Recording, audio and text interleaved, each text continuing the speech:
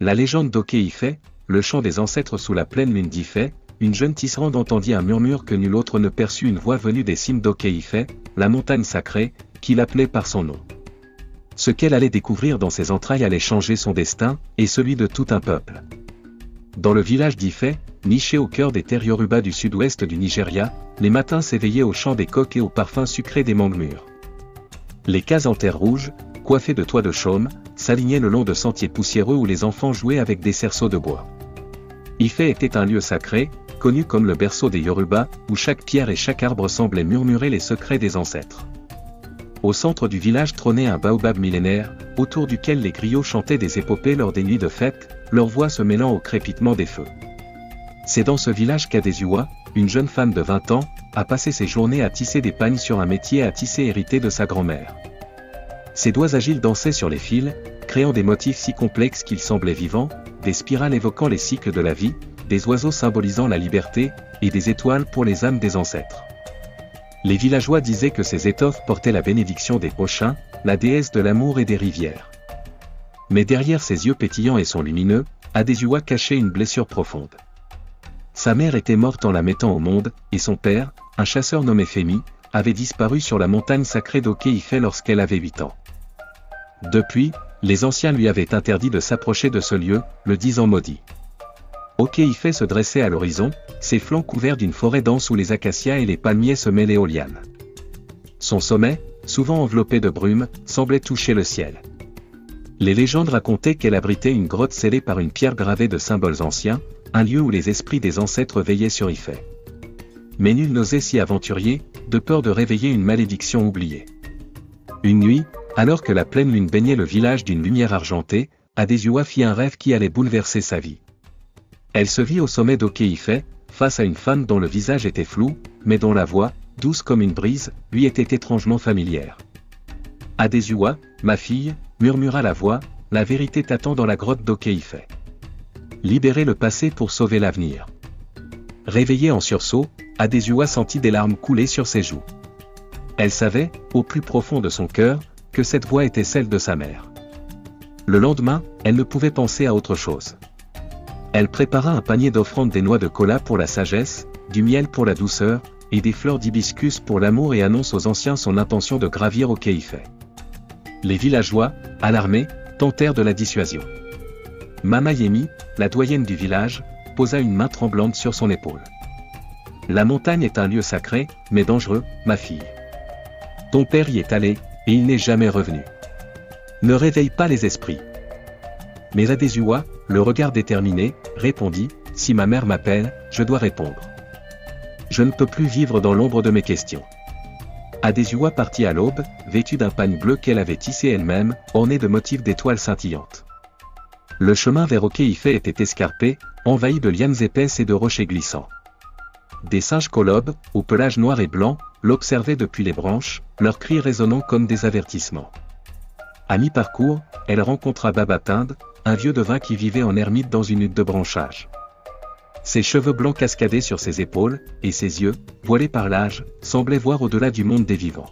« Tu cherches la grotte, n'est-ce pas » dit-il d'une voix rauque. « Elle est protégée par un secret. Seule une âme pure, guidée par l'amour, peut briser le sceau. » Il lui tendit un petit tambour sculpté, orné de motifs Yoruba. « Frappe-le devant la pierre. Mais prends garde, la vérité a un prix. » Adesua poursuivait son ascension, le cœur battant. À mesure qu'elle montait, l'air devenait plus frais, et des papillons aux ailes dorées voletaient autour d'elle, comme pour l'encourager. Enfin, elle atteignit le sommet, où une falaise abrupte révélait l'entrée de la grotte. Une immense pierre, gravée de symboles anciens, des spirales, des étoiles et un œil stylisé en bloquaient l'accès. Adesua déposa ses offrandes au pied de la pierre, alluma une petite lampe à huile, et frappa le tambour comme Baba Tinde le lui avait indiqué. Le son, grave et profond, résonna dans la montagne, et un grondement aigre fit trembler le sol. La pierre s'écarta lentement, dévoilant une cavité baignée d'une lumière bleutée, émanant de cristaux luminescents incrustés dans les parois. À l'intérieur, Adesua découvrit des peintures murales qui semblaient danser sous la lumière des cristaux. Elles racontaient une histoire oubliée, des siècles plus tôt, un roi d'Ifé, Obea Adekin, avait trahi son peuple. Avide de pouvoir, il avait pactisé avec des esprits malveillants, leur offrant des terres sacrées en échange de richesses. Les ancêtres, furieux, l'avaient emprisonné dans la grotte, scellant son esprit pour protéger Ifé d'une malédiction. Mais une prophétie gravée sur les murs annonçait qu'une descendante d'Obea Adekan, portant un cœur pur, briserait le sceau et restaurait l'équilibre. Au centre de la grotte, un autel de pierre portait un médaillon en or, gravé du même œil que sur l'entrée. En le touchant, Adésiua fut submergée par une vision. Elle vit son père, Fémi, capturé par les esprits gardiens de la grotte alors qu'il cherchait des réponses sur sa lignée. Il était vivant, plongé dans un sommeil enchanté, son corps entouré de chaînes invisibles. La voix de sa mère résonna à nouveau, « Tu es la dernière de la lignée d'Obea Adekan. Ton amour pour ton père peut briser la malédiction, mais tu devras faire un sacrifice. » Adésiua comprit alors le prix à payer. Pour libérer son père et apaiser les ancêtres, elle devait renoncer à son don de Tisrand, un talent qui était toute sa vie, son lien avec sa grand-mère et sa mère. Les larmes coulèrent sur ses joues alors qu'elle serrait le médaillon contre son cœur. « Si c'est le prix pour ramener mon père et protéger Ifé, je l'accepte, murmura-t-elle. Elle brisa le médaillon en deux, et une lumière éclatante envahit la grotte. Les esprits des ancêtres apparurent, leurs silhouettes translucides flottant autour d'elle, chantant un hymne ancien qui vibrait dans l'air. Les chaînes invisibles autour de Fémi se brisèrent, et il ouvrait les yeux, le visage marqué par les années mais illuminé par l'amour en voyant sa fille. Adésiua et son père redescendent la montagne, main dans la main, sous un ciel où les premières étoiles s'allumaient. À leur retour à Ifé, les villageois les accueillent avec des cris de joie et des danses. Fémi raconta comment il avait été attiré par la grotte, cherchant à découvrir la vérité sur leur lignée, mais les esprits l'avaient retenu pour tester la pureté de leur descendance. Adésiua, bien qu'elle ne puisse plus tisser, a trouvé une nouvelle vocation. Elle devint une conteuse, une griotte, partageant les histoires des ancêtres qu'elle avait vus dans la grotte. Chaque soir, sous le baobab du village, sa voix captivait les enfants et les adultes, tissant des récits aussi vivants que ses anciens pagnes. Ifé, libéré de sa malédiction, devint un lieu de pèlerinage. Les Yoruba y montaient pour honorer leurs ancêtres, déposant des offrandes et priant sous les cristaux luminescents de la grotte, qui brillaient désormais comme des étoiles terrestres.